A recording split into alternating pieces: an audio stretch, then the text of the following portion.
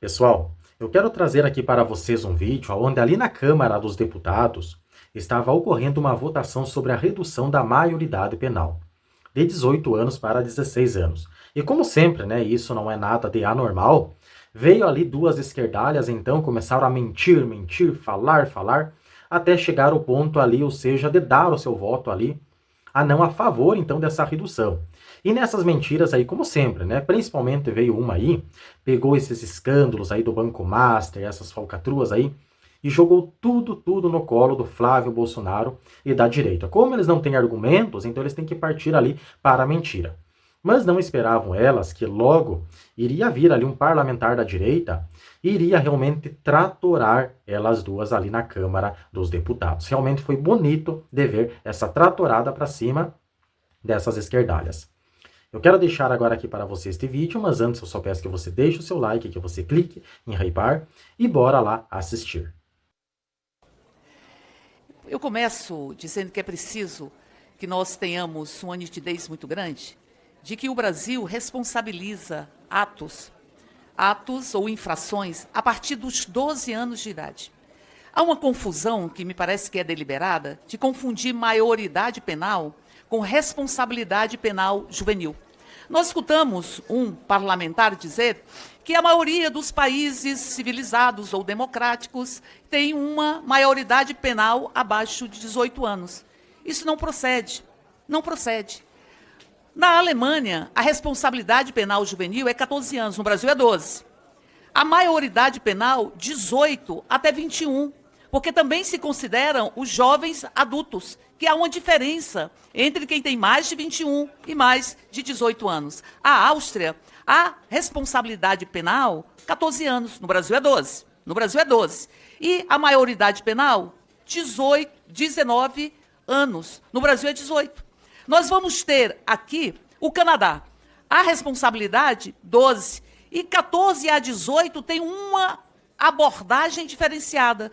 Mas então nós vamos passar pelos países todos e nós vamos ver que, via de regra, não é verdadeira a argumentação de que a maioria dos países tem uma maioridade penal menor do que 18 anos. A Espanha, a responsabilidade juvenil, 12 anos, maioridade penal, 18, mas também tem tratamento diferenciado para o jovem adulto, portanto, até 21 anos. Então, portanto, estes são os dados. Os dados. Dizer que não há qualquer tipo de responsabilização, que há uma impunidade para adolescentes, não corresponde à verdade. Nós temos as medidas socioeducativas que elas são aplicadas a partir de 12 anos no Brasil. Tem responsabilização a partir de 12 anos. Então, portanto, façamos a discussão com os dados corretos. Façamos a discussão, inclusive, que pontua que a participação de adolescentes entre 16 a 18 anos em atos que atentam contra a vida, homicídios ou tentativas de homicídio, é 0,5%. É 0,5%. E aí sequer com um jovem de 16 anos que não pode dirigir, que não pode comprar bebidas alcoólicas, que tem uma série de restrições em função da sua condição de adolescente, colocar no sistema prisional. Mas se eu perguntar a qualquer parlamentar aqui se o sistema prisional ele é eficaz para a sociedade, para o combate à violência nesse país, seguramente vão dizer que não é eficaz. Não é eficaz.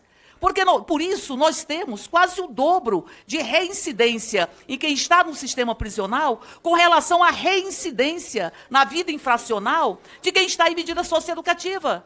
Mas se quer colocar o jovem de 16 anos no sistema prisional, que é superlotado, e que foram estas condições que, inclusive, possibilitaram a construção e o fortalecimento do crime organizado. Quer se colocar o jovem de 16 anos? Não, quer se colocar o jovem de 16 anos no sistema prisional, que a sociedade sabe que é máquina de reincidência, que a sociedade sabe que não é eficaz para o combate à própria violência. Bom, mas se recupera muito mais, se reintegra muito mais o adolescente em medida socioeducativa do que o jovem no sistema prisional. Não, mas aí há uma discussão que está por trás de tudo isso, que já foi pontuada aqui várias vezes. Várias vezes nós já escutamos de vários parlamentares o que é o desnudamento desta discussão neste momento. Eles não querem discutir o escândalo que está envolvendo a família Bolsonaro. Eles não querem prestar contas à sociedade. Eles não querem discutir ou lembrar que há gravações onde um senhor Tariflávio se refere ou conversa com o senhor Porcaro, o chamando de meu irmão, dizendo inclusive que ele está ao lado dele em qualquer momento. Eles não querem fazer essa discussão. Não querem fazer a discussão que a sócia da produtora do tal filme de terror, ela também tem relações com contratos superfaturados na Prefeitura de São Paulo, aqui no governo do Distrito Federal. Não querem fazer essa discussão e puxam a discussão da redução da maioridade penal como se fosse a panaceia para resolver os problemas deste país. Isto é, tentar desviar o foco do que é absolutamente fundamental para este país, que é este profundo esquema de corrupção que nós estamos vivenciando. Aliás, tem um fundo de investimentos nos Estados Unidos, que tem como sócio o dono ou o sócio de um escritório de advocacia, que tem nesse escritório de advocacia o advogado do senhor Eduardo Bolsonaro. Aliás, ninguém nem sabe direito se esse recurso que foi transferido do Banco Master para a produção do filme, se chegou à produção do filme. Ao que tudo indica, é um grande e profundo esquema de lavagem de dinheiro. E querem fazer uma discussão que é absolutamente falsa. E eu já escutei. Não, mas os adultos utilizam jovem de 16 anos. Deputada Sâmia tem razão. Se o jovem de 16 anos for para o sistema prisional, vai utilizar, deputado Tadeu, o jovem de 14, o adolescente de 14, o adolescente de 12. É isso que se quer. É isso que se quer, fazer de conta que se está enfrentando a violência no Brasil, porque, aliás, para lembrar do ECA, o ECA ele tem políticas, que são políticas sociais, para as crianças e os adolescentes. Inclusive, estabelece que criança e adolescente estão numa fase peculiar das suas vidas e são destinatários da proteção integral. E o que nós vimos no governo que eles defendem e que querem esconder as suas mazelas, empurrando adolescentes de 16 anos para o sistema prisional? Que houve uma redução drástica de todos os recursos para políticas destinadas às crianças e aos adolescentes. Eles destruíram o orçamento para crianças e adolescentes. Porque o ECA, ele fala de políticas básicas, do direito dos adolescentes, crianças e adolescentes, serem considerados sujeitos de direitos. Depois fala das medidas protetivas. Eles também não fortaleceram os conselhos tutelares no orçamento, que era o orçamento do governo anterior, que destruiu o recurso para a educação, para a saúde, para crianças e adolescentes.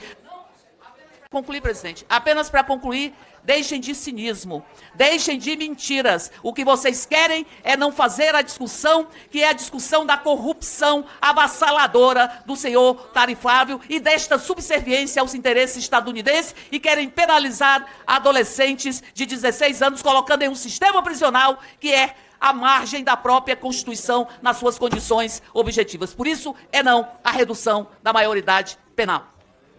Tempo de líder da bancada negra, presidente. Pois não, deputada. Posso? Pode, pela liderança da bancada negra. Obrigada, presidente. Deputada Talíria. Agradeço. Quero começar dizendo que eu concordo que ninguém aguenta mais a violência no nosso país.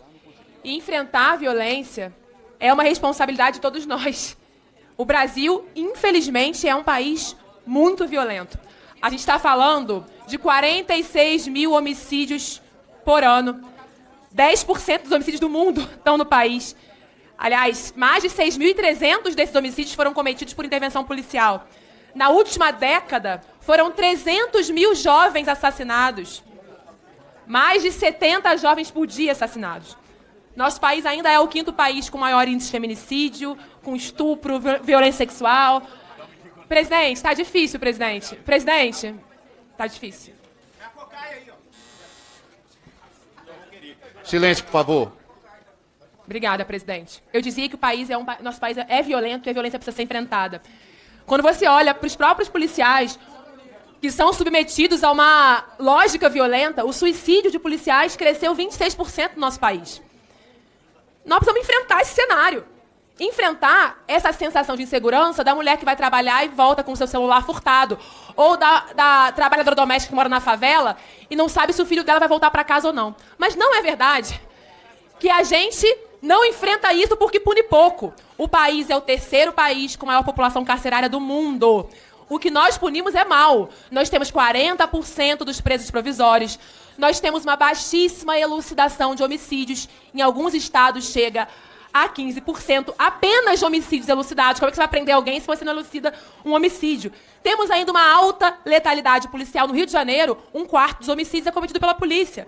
E veja, ali na ponta, esse policial, ele é jogado numa lógica, que é uma lógica de guerra. Mais da metade do território da região metropolitana do Rio de Janeiro é dominado por milícia. A milícia hoje está aliada ao tráfico de droga, vende droga, inclusive. É um país historicamente violento e essa violência precisa ser enfrentada. Mas, colegas, não é verdade que reduzir a maioridade penal vai reduzir essa violência. Inclusive, sequer é verdade que os adolescentes no Brasil não são responsabilizados. A gente está falando de socioeducativo aqui como se fosse um hotel de 5 estrelas. Quem lembra lá do Andreu, no Rio de Janeiro, que furtou, acusado de furtar uma máquina fotográfica, foi para o socioeducativo e foi morto por tortura. A gente queria sim transformar o socioeducativo no que é a característica dele, que é a ressocialização.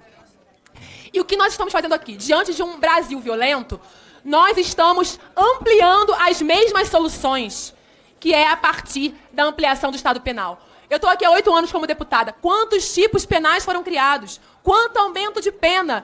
E a gente tem a redução da taxa de homicídio, a redução da taxa de feminicídio, a redução da violência? Não! Tem ampliação do domínio de organizações criminosas nos territórios, minha gente. E a gente está fazendo aqui o quê? Ampliando o mesmo modelo. Ampliando o mesmo modelo. E eu vou repetir o que eu falei aqui 300 vezes.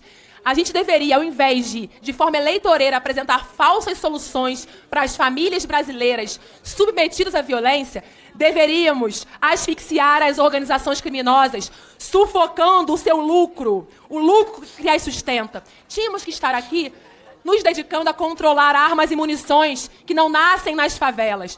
Tínhamos que estar aqui melhorando as condições de trabalho dos profissionais de segurança pública. A gente tinha que estar aqui trabalhando em temas como perícia independente, por exemplo, para ampliar a elucidação de homicídios no país e responsabilizar quem precisa ser responsabilizado. Tínhamos que estar aqui ampliando o papel na União, na coordenação do enfrentamento das organizações criminosas, que não estão restritas a uma fronteira, a um Estado. Mas não, vocês querem jogar para a galera, jogar para a plateia e manter os seus bandidos de estimação. Porque a verdade é que o PL tem relação com o Comando Vermelho no Rio de Janeiro. A verdade é que Flávio Bolsonaro é amigo de miliciano e defendeu milícia como solução para a segurança no Rio de Janeiro. Pegou dinheiro de Vorcaro, que roubou dos aposentados do Brasil.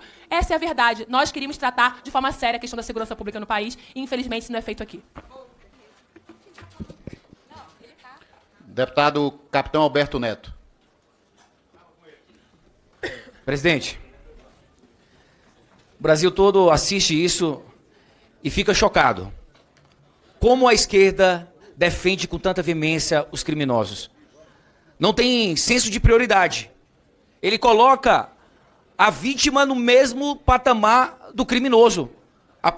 Se eles vão estar num ambiente confortável, se eles vão ser cooptados pelas organizações criminosas. Essa é a prioridade da esquerda. A prioridade do Partido Liberal, a prioridade da direita, é colocar os criminosos na cadeia. Quem tem 16 anos e pode votar, tem a plena consciência de responder pelos seus crimes. E a esquerda, eu vou até pegar a frase aqui do deputado Nicolas, a esquerda brasileira realmente precisa ser estudada. Porque a esquerda no mundo inteiro, ela pune os menores de 18 anos, em torno, a média de 16 anos também, como nós queremos fazer aqui, com responsabilidade criminal. A China é assim, Cuba é assim, Rússia, Coreia do Norte, só a esquerda brasileira gosta de bandido. É impressionante os discursos aqui, e quando eu abro as páginas dos jornais, eu olho aqui, processos de estupros de vulneráveis cometidos por menores de idade crescem 25% no Brasil em 5 anos. Estupros de vulnerável cometidos por adolescentes mais que dobram em 6 anos. Eu queria saber se a esquerda consegue olhar para a mãe da criança de 12 anos, que teve 8 menores participaram de um estupro coletivo. Como é que você olha para a mãe dessa criança que teve a sua filha massacrada, estuprada, e que o adolescente de 16 anos que pode votar não pode cumprir pena atrás das grades? Tem que ir para um reformatório que a pena máxima pode chegar até 3 anos. Ele pode matar, pode roubar, pode estuprar. E não, ele é só um adolescente.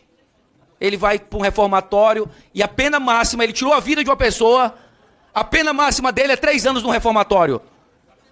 Isso é incabível. A sociedade não aceita mais isso. Nós fomos governados por 20 anos pela esquerda. O resultado, sabe qual foi? Nós chegamos a uma média de 70 mil homicídios na época da Dilma. 70 mil homicídios por ano. É como se uma bomba atômica caísse no nosso país todo ano. Porque é a filosofia de proteger os criminosos. É a filosofia que o bandido é vítima da sociedade. A gente precisa mudar, a gente precisa virar essa chave, como alguns países estão virando. Como o grande exemplo de El Salvador. Que Bukele mudou apenas a prioridade. Que direito, nós vamos tratar todo mundo com os direitos humanos, mas a prioridade é a população que não comete crime. Essa é a prioridade dos governantes. É isso que a população brasileira quer de todos nós aqui. E não fazer discursos inflamados, achando que um estuprador de 16 anos, que um jovem de 16 anos que comete um homicídio, merece uma pena diferenciada.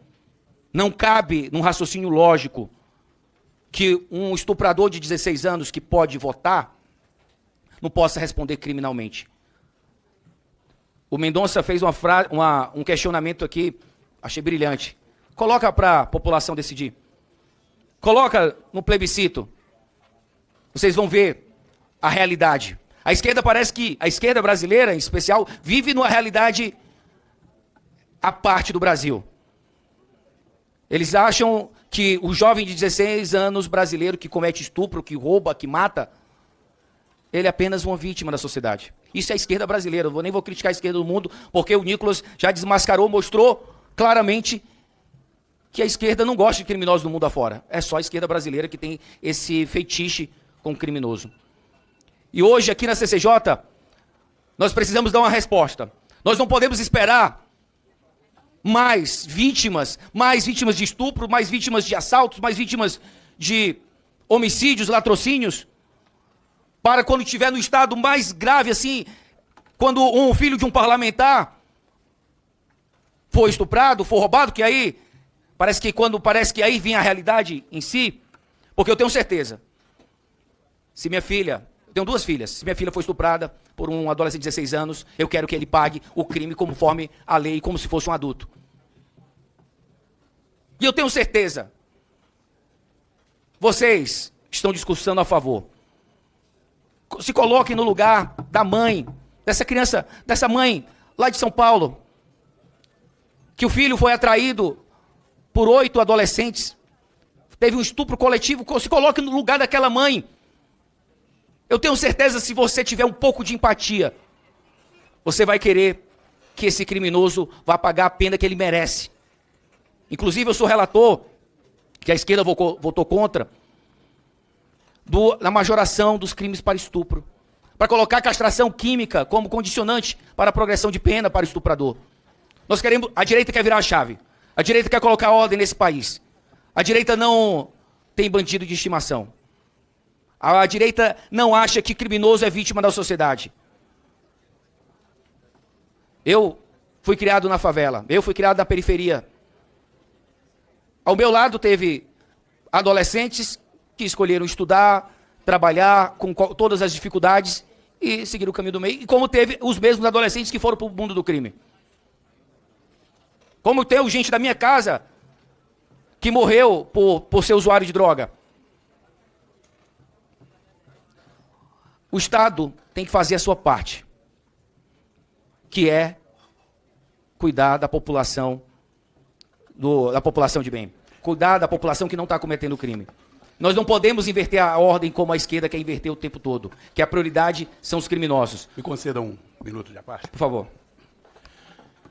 Capitão Alberto, olha, não dá para ouvir algumas coisas aqui que não correspondem à verdade.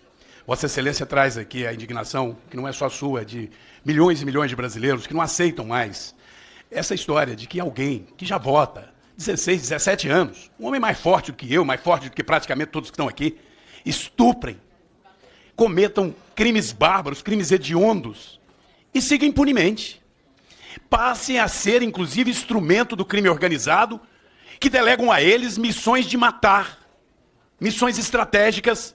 E alguém vem e diz, não, mas amanhã vão colocar um menino de 13, 14 anos. Não, coloca o de 16, 17 anos, porque ele já é capaz de cometer um crime bárbaro. E isso está virando rotina e está aumentando no Brasil. E nós vamos dizer que não, coitado, ele é vítima da sociedade. É mais ou menos a história do Lula. O traficante é que é vítima. É mais ou menos a história do Lula. Os nossos criminosos, para se dirigir à luta que temos para que o crime organizado seja de fato considerado o que é. Terroristas, como o Flávio defende, e o Lula ao contrário, defende os nossos criminosos deles. A verdade, capitão Alberto, é que aqui também está se tentando enganar o povo brasileiro quando diz o seguinte, olha, vão reduzir a maioridade penal para 16, 17 anos para qualquer crime. Não é isso que nós estamos discutindo. O que nós estamos discutindo aqui é a constitucionalidade de se fazer a redução. E, obviamente, a comissão especial estará estabelecendo a redução da maioridade penal para crimes hediondos, para agressão e latrocínio seguido de morte, para situações que ninguém pode aceitar mais e ser complacente. Aí não é tirar o direito do menor, não. Não aprovar essa redução é proteger criminoso hediondo. E mais, aqui a própria esquerda, que está aqui discursando contra essa redução, insiste em dizer, olha, é menos de 1%, que são os crimes hediondos. Pois bem, é justamente para esse menos de 1% que nós queremos a redução da maioridade penal. Então é uma coisa tão óbvia, que é necessário, que é você acabar com a impunidade. A impunidade é o estímulo ao crime. Isso está virando rotina. Vamos esperar que alguém bem próximo de você seja vítima de um assassinato cruel e brutal por alguém de 17 anos, como um aqui em Brasília, filmou e disse, eu vou matar. E matou de forma cruel e exibiu o vídeo.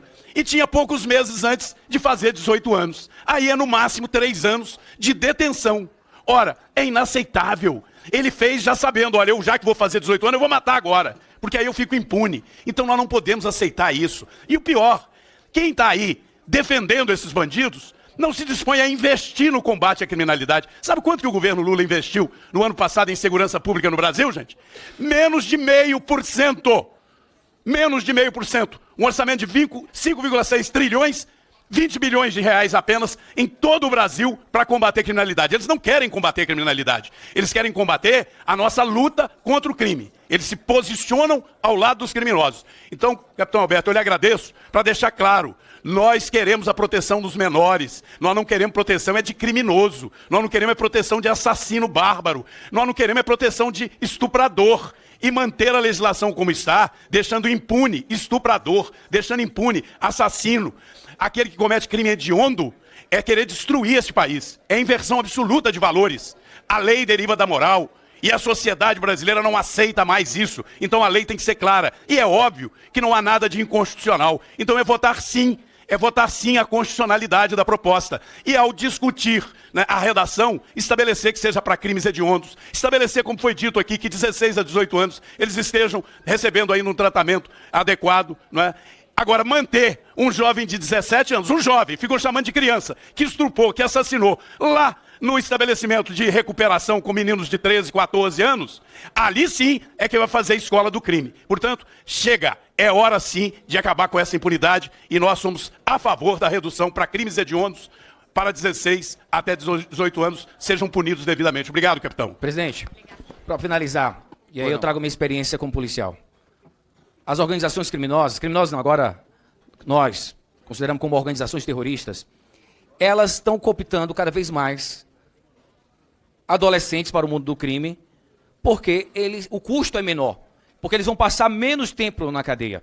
Então eles vão gastar menos com o advogado, com maior velocidade eles voltam ao mundo do crime, tanto que já tem outro dado que 50% dos adolescentes que cometem crime, que vão para o reformatório, há uma reincidência em 50%.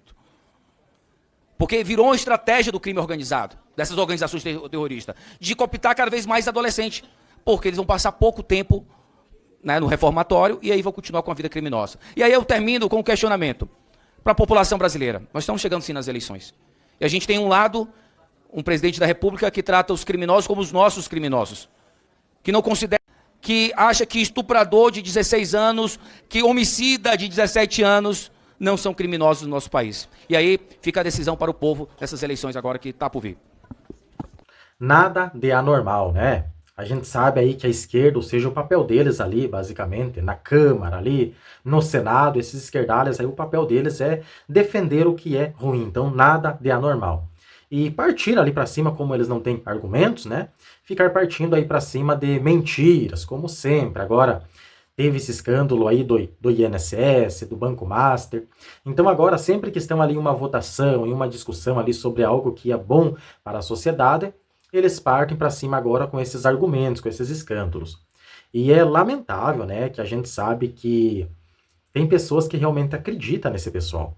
Porque se hoje no Brasil não tivesse pessoas que realmente acreditassem nas mentiras desse pessoal, assim como o Lula está aí na presidência, este pessoal não estariam aí no poder, né? É lamentável saber que tem pessoas que acreditam basicamente em Papai Noel, realmente em conto de fadas. Que fiasco, né? Mas, como sempre. E aí, o que você achou? Deixe sua opinião aqui nos comentários e eu te espero agora no próximo vídeo.